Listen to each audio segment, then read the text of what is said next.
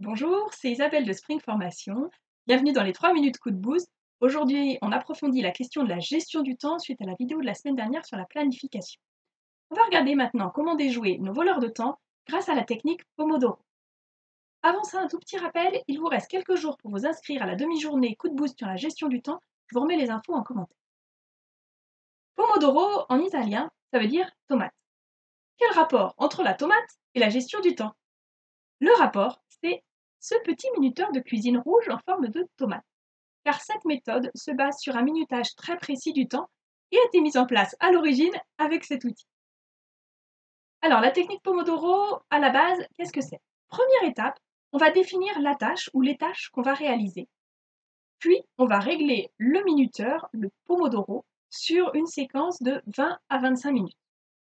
On va travailler pendant ces 20 à 25 minutes et ensuite, on va considérer que la tâche est faite et prendre une courte pause de 5 à 10 minutes avant d'enchaîner sur une nouvelle tâche et un nouveau Pomodoro. Après 4 pomodori, on va prendre une pause un petit peu plus longue de 15 à 30 minutes. Et on pourra répéter ensuite un nouveau cycle. Cette méthode très carrée a son efficacité face au fait que ces pauses régulières vont stimuler notre cerveau et faciliter l'agilité intellectuelle. Pour ma part, je vois également un autre avantage face à nos voleurs de temps, et notamment les tâches chronophages qui vont prendre un temps fou sans qu'on s'en rende compte. Par exemple, pour ma part, j'ai la préparation des supports de formation où je fais des PowerPoints sur lesquels il va y avoir un nombre de slides important et on peut vite passer beaucoup de temps sur une slide, un quart d'heure, une demi-heure, voire une heure si on ne fait pas attention, notamment dans mon cas où je vais chercher les bonnes images, les bonnes couleurs et je peux vite être en train de retravailler une image et très très vite le temps passe à toute vitesse. Grâce au Pomodoro, je mets en place des petites séquences de 5 à 10 minutes qui vont me rappeler qu'il est temps de passer à la diapo suivante.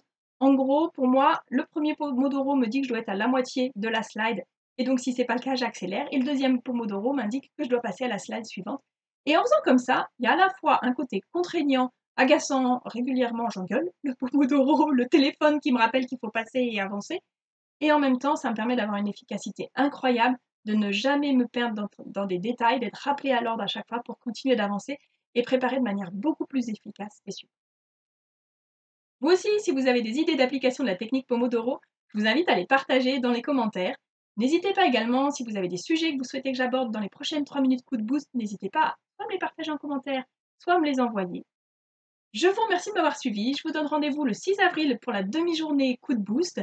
Et sinon, rendez-vous pour les prochaines 3 minutes coup de boost. Merci.